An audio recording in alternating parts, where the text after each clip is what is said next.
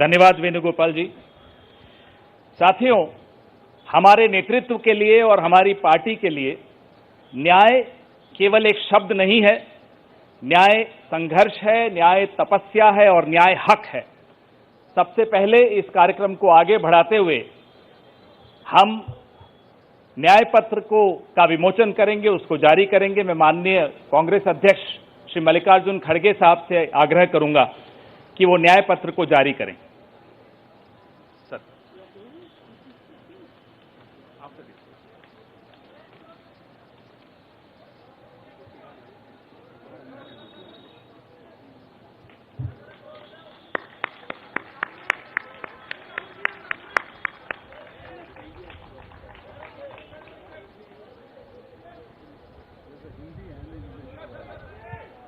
या both Hindi.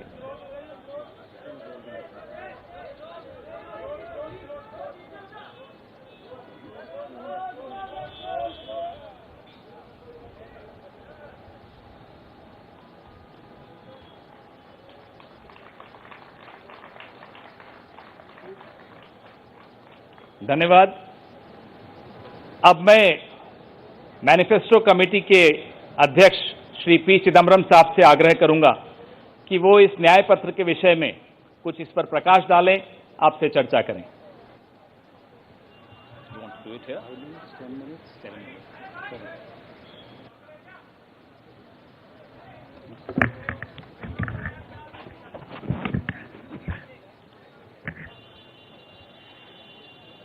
Honorable Congress President, Honorable former Congress President Srimati Sonia Ji, Honorable former Congress President Shri Rahul Ji, General Secretary Shri K.C. Venugopal, members of the Congress Working Committee, senior leaders of the Congress, Karyakartas of the Congress, members of the media. I'm thankful to the Congress President for releasing the Congress Manifesto for the 2024 elections. Earlier, the draft Congress Manifesto was thoroughly discussed in the Congress Working Committee. The recommendations of the members of the Congress Working Committee were taken into consideration, and with the final approval of the Congress President, some changes were made to the draft manifesto, and what we have today is the final manifesto approved by the Congress Working Committee and the Congress President. The broad theme of the manifesto is justice. Every aspect of justice has been threatened, weakened, diminished, and in some cases denied in the last 10 years, especially in the last 5 years. Members of the media will recall that in 2019, we had warned of what is likely to happen between 2019 and 24 should the BJP come back to power. We were not soothsayers, but we were active workers on the ground who could sense what was happening in this country. I'm sorry to report that what we had predicted in 2019 has come to pass in 2024. We had said institutions will be diminished or captured. That has happened. We had said freedom will be restricted, and that has happened. We had said that the weaker sections of the people will be denied their rights and their privileges. That has happened. We had said that Parliament will be diminished. That has happened. We had said that we will inexorably move towards an autocracy. We are already described as an electoral autocracy by many, many thinkers of the world. That has happened. While we are unhappy that what we had predicted has happened, we have in this manifesto suggested bold measures to reverse the damage that has happened in the last 5 to 10 years. The overall theme of the Congress manifesto is 3 powerful words: work, wealth, and welfare. I shan't take long. I'll explain each word in one sentence. Work means we must create jobs. If anybody had any doubt, read the report of the ILO that was released 10 to 15 days ago. The government came up with a lame defense through the chief economic advisor, but the defense only made it worse. The ILO report shows that unemployment has assumed monstrous proportions in this country. Yesterday, the media carried a report that 30% of the outgoing class in the Indian institutes of technology, the premier institutions of our country, are unemployed. They have not been placed. Jobs, jobs, jobs is a cry everywhere in India. Work encapsulates that section on work. The sections on work encapsulates what we will do to create jobs. The second is wealth. Wealth must be created before it is distributed. On the contrary, the 5 years of the Modi government shows that wages have been stagnant in this country. The average income of the bottom 50% has either remained stagnant or diminished or decreased for the bottom percentiles. We have to create wealth, and that can only be created by growth. The UPA government delivered 8.5% growth in its first term, 2004 to 2009. And over a 10-year period, Dr. Manmohan Singh's government had delivered 7.5% growth. Even the futile attempt by the BJP government to revise the figures made it 6.7%. But over the last 10 years, the average growth is only 5.8, and if you count the year that ended on 31st March, given the inflated figures, it will still be 5.9. The difference between 7.5 and 5.9 may appear to be trivial, 1.6%, but it's not a trivial difference. It is a difference that makes between a moderately slowing economy and a robust economy. So the second broad theme is wealth.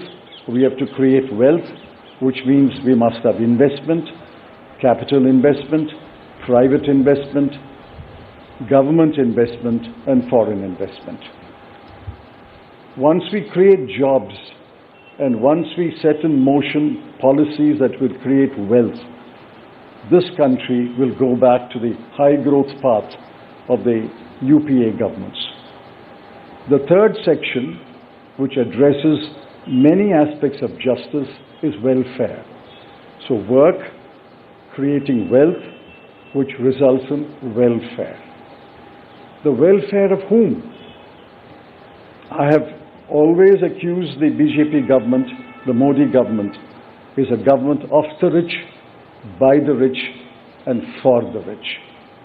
This government is driven only by the interests of the top 1% of this country. But we have to look at the bottom 50%.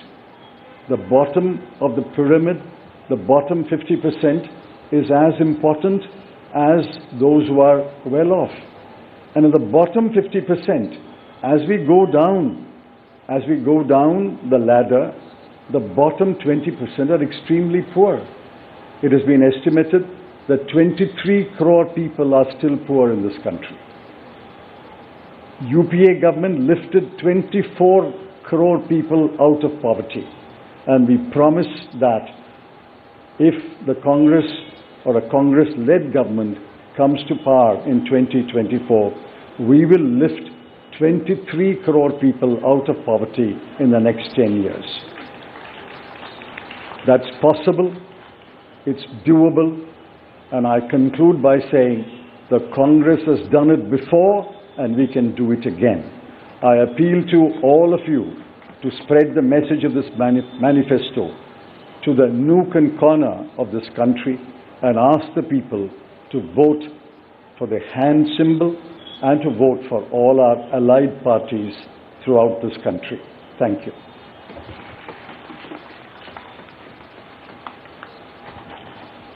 धन्यवाद चिदम्बरम साहब। मैं माननीय राष्ट्रीय अध्यक्ष श्री मल्लिकार्जुन खड़गे साहब से आग्रह करूंगा कि वो 2 शब्द कहें।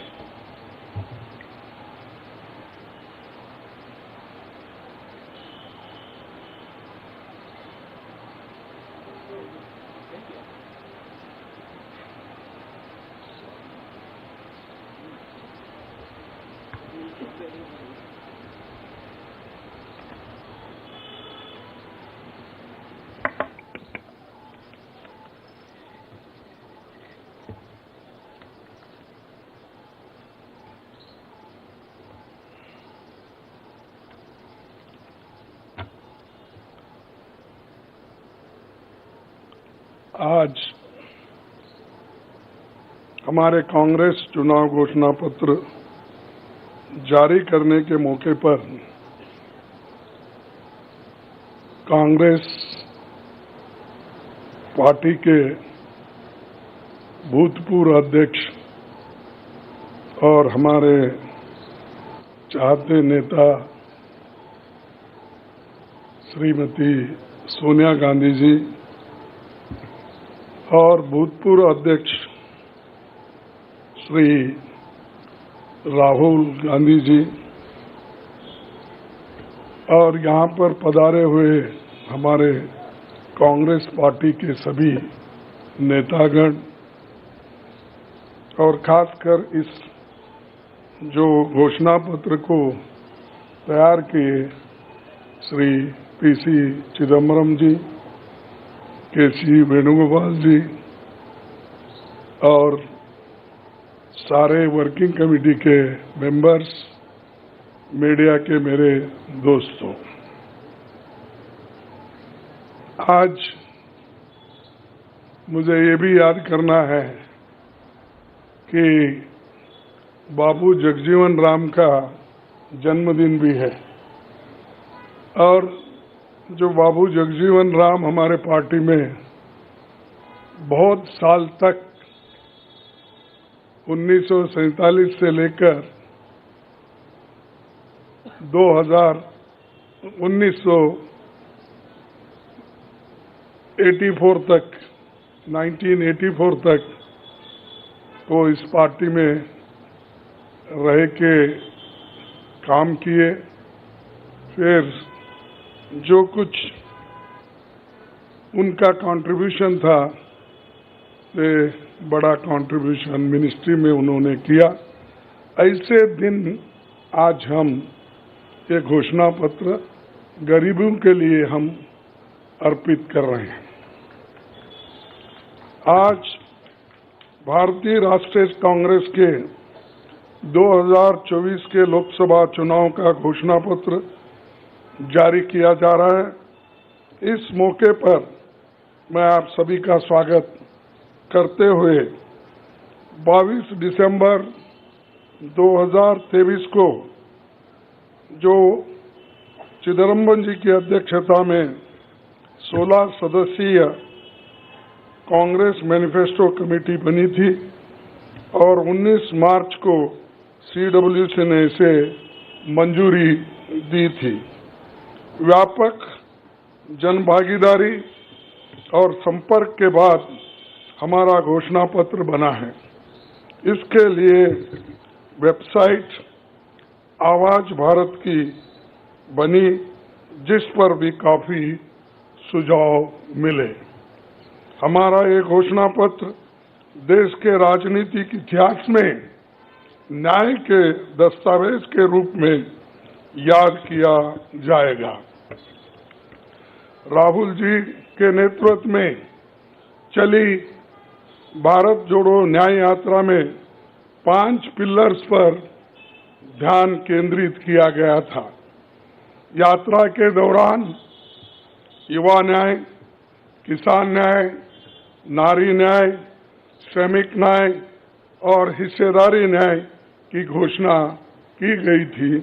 जहां कहीं भी हम गए इन न्याय की बात हमने करी थी और इसकी गारंटी भी हमने दी है।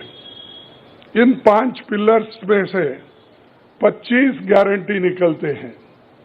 हर 25 गारंटी ने किसी ना किसी को लाभ मिलने का इसके अंतर्गत यहाँ पर हमारे मैनिफेस्टो में भी है और इसके लिए जो हम पहले से ही करते हुए आए हैं वो भी हमने इसका उल्लेख किया है। मैं कुछ बातें आपके सामने रखना चाहता हूं।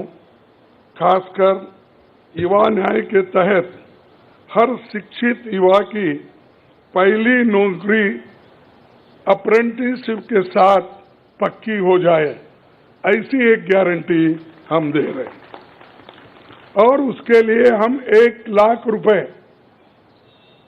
उसके लिए हम एक अप्रेंटिसशिप कोर्स करने वालों को खर्च करेंगे और इससे ये फायदा होगा, किसी ना किसी जगह उसको पक्की नौकरी मिलेगी, क्योंकि ये स्किल डेवलपमेंट के तहत और बहुत से इंडस्ट्रीज में इनको काम मिलेगा। नारी न्याय के तहत गरीब परिवार की महिला को सालाना 1 लाख की मदद देंगे। कोई तालियां नहीं बजा रहे, क्या बात है? गरीब परिवार की महिला को सालाना 1 लाख की मदद देंगे और किसान न्याय के तहत किसानों की कर्ज माफी और MSP कानून की गारंटी भी हम देंगे। और श्रमिक न्याय, इसके तहत मनरेगा में भी 400 रुपए के न्यूनतम, कम से कम 400 रुपए मजदूरी दिया जाएगा। हिस्सेदारी न्याय में सामाजिक आर्थिक समानता के लिए हर व्यक्ति और हर वर्ग की गिनती या जातीय जनगणना होगी, जिससे सबको फायदा होगा, या किसी के फॉर्म में किसी के अगेंस्ट में ये नहीं है कि हालात को समझने के लिए ये जातीय जनगणना करेंगे, जैसा कि SC/ST की जातीय जनगणना होती है और वैसा ही जो पिछड़े लोग हैं और भी ये अपर कास्ट में भी गरीब लोग हैं, सबकी हालत क्या है ये जानने के लिए हम जातीय जनगणना कराएंगे और इसका फायदा हर वर्ग को मिलेगा। हमारे घोषणा पत्र में संवैधानिक न्याय, कॉन्स्टिट्यूशनल जस्टिस, खंड में लोकतंत्र बचाओ, भय से मुक्ति से लेकर मीडिया, न्यायपालिका आजादी, भ्रष्टाचार के खिलाफ मुहिम जैसे मुद्दे, कला संस्कृति जैसे विषय भी है। आर्थिक न्याय, इकोनॉमिक जस्टिस, खंड में आर्थिक नीतियों, बेरोजगारी, टैक्सेशन और टैक्स रिफॉर्म्स, ये सारी चीजें उसमें हम लाएंगे। इंडस्ट्री और इंफ्रास्ट्रक्चर पर ठोस काम हम करेंगे। राज्य न्याय, जस्टिस फॉर द स्टेट्स, मैं संघीय विकास, पूर्वोत्तर भारत पर रोशनी हम डाले हैं और जहां कहीं भी फेडरल स्ट्रक्चर को धोखा होगा हम उस वक्त अपनी आवाज उनके साथ भी उठाएंगे और जब हमारी गवर्नमेंट आएगी तो उनको बराबरी का हिस्सा देंगे और ताकि वो पैसे के लिए तरस न हो, चाहे वो ड्रॉट हो, फ्लड हो, डिसास्टर्स हो, इसके लिए नेचुरल डिसास्टर्स, इन सब के लिए फेडरल गवर्नमेंट को कानून के तहत जो मदद मिलना चाहिए वो हम जरूर उनको दिलाएंगे। उसी के साथ देश की प्रतीक्षा और आंतरिक सुरक्षा के महत्व को ध्यान में रखकर रक्षा न्याय की भी खंड है, जिसमें विदेश नीति भी है और विदेश नीति हमारी अब तक सफल हुई है और उसी नीति पे अगर ये लोग काम करते थे और ठीक ढंग से चलते थे और बहुत से मुश्किल हम पास जो आ रहे हैं वो कभी नहीं आते थे।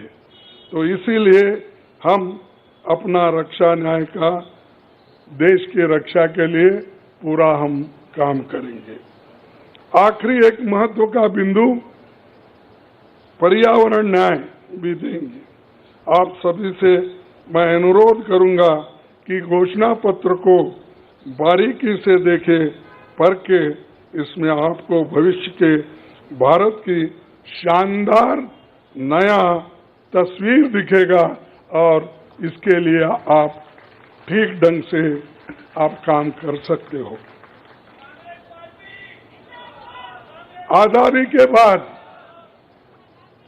1951-52 में चुनावों से राजनीतिक दल घोषणा पत्र जारी करते समय बहुत से दावे करते हैं लोग, पर कांग्रेस हमेशा जमीनी हकीकत पर चलती है। 1951 में पंडित जवाहरलाल नेहरू के नेतृत्व में हमारा जो घोषणा पत्र जारी हुआ उसका नाम था व्हाट कांग्रेस स्टैंड्स फॉर। उसका नाम था व्हाट कांग्रेस स्टैंड्स फॉर। पहले घोषणा पत्र को लेकर ये टिप्पणी की गई थी, no exaggerated claims were made, no ambitious plans to entice public or deceive the electorate had been placed before them. A realistic view of what was capable of achievement and implementation alone was presented.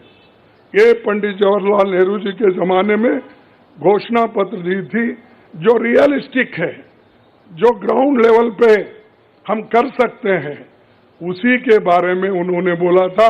किसी को फंसाने के लिए नहीं, झूठ बोलने के लिए नहीं, हम जो भी कहते हैं वो करके दिखाते हैं, ये उनका कहना था और वही आज भी हम कर रहे हैं। जो कर सकते हैं वही हम इसमें घोषणा पत्र में लिखे हैं और बहुत से हमारे विद्वानों से भी हम बात किए हैं कि इसमें क्या कर सकते क्या नहीं कर सकते, उनके सलाह के मुताबिक ही आज हमने ये सारी चीजें आपके सामने रखे हैं। ये हमारा 139 ईयर्स साल का शानदार इतिहास है। ये देश के सामाजिक आर्थिक विकास की गति को बहुत तेज करेगा। किसानों, मजदूरों और महिलाओं, युवाओं, गरीबों, वंचित तबकों के विकास के जो बंद दरवाजे हम खोलेंगे, क्योंकि एक मोदी सरकार में ये सारे दरवाजे गरीबों के लिए, महिलाओं के लिए, युवाओं के लिए बंद है। हम जब सत्ता में आएंगे ये दरवाजे सब हम गरीबों के लिए खोल देंगे, उनका विकास करेंगे, ये हमारी प्रतिज्ञा है। डॉक्टर मोदी जी, डॉक्टर मनमोहन सिंह के नेतृत्व वाली हमारी यूपीए सरकार की बहुत आलोचना करते हैं, लेकिन उस 10 साल में हमने MNREGA, right to education, RTI, खाद्य सुरक्षा, वनाधिकार, भूमि अधिग्रहण कानून और रेहड़ी पटरी वालों की अधिकार समेत कई कदम हमने उठाया है। और उसकी जो कर्ता धर्ता है श्रीमती सोनिया गांधी जी यहाँ पर मौजूद है। उन्होंने बारीकी से इन मनरेगा को और खास करके फूड सिक्योरिटी को बहुत लड़ा, क्योंकि मुझे मालूम है, सब चीज़ मैं यहाँ पर नहीं कह सकता कि उन्होंने इतने ये 2-3 प्रोग्राम के लिए बहुत गुस्से में रहते थे। जब तक वो इम्प्लीमेंट नहीं होता तब तक वो खामोश नहीं बैठे और कैबिनेट के लोगों को बोलते रहे थे कि ये क्या हुआ। जब हुआ तब वो भी खुशी मना लिए और हम भी लोग बोले कि भाई ठीक हो गया। और जब बाहर इसका गया कि जो ये मनरेगा का, फूड सिक्योरिटी का और कंपलसरी एजुकेशन का ये जो संदेश बाहर गया, तब लोग सभी खुश होने लगे, सभी बोलने लगे ये बहुत अच्छा यूपीए गवर्नमेंट ने किया, सोनिया गांधी जी ने किया। ये बात बाहर आ गई। इसीलिए ये हमारा जो पहले से गरीबों के लिए वायदे थे वो हम पूरे करेंगे। मोदी जी 10 सालों में इसके मुकाबले का एक काम भी नहीं कर सके। आप बताइए कौन सी ऐसी बड़ी फैक्ट्री जो एम्प्लॉयमेंट क्रिएट कर सकती है, जो नेहरू जी के जमाने में बने वैसे कोई एक बड़े बड़े काम उन्होंने किया है। जिस देश में एक सुई नहीं बनती थी उस देश में पंडित जवाहरलाल नेहरू, इंदिरा गांधी जी ने रॉकेट बनाकर उड़ाकर दिखाया। और बहुत से जो साइंटिफिक योजनाएं थी हमने बनाए। अब मोदी जी के जमाने में तो गालियां देने का छोड़ के दूसरा तो मैं नहीं सुना।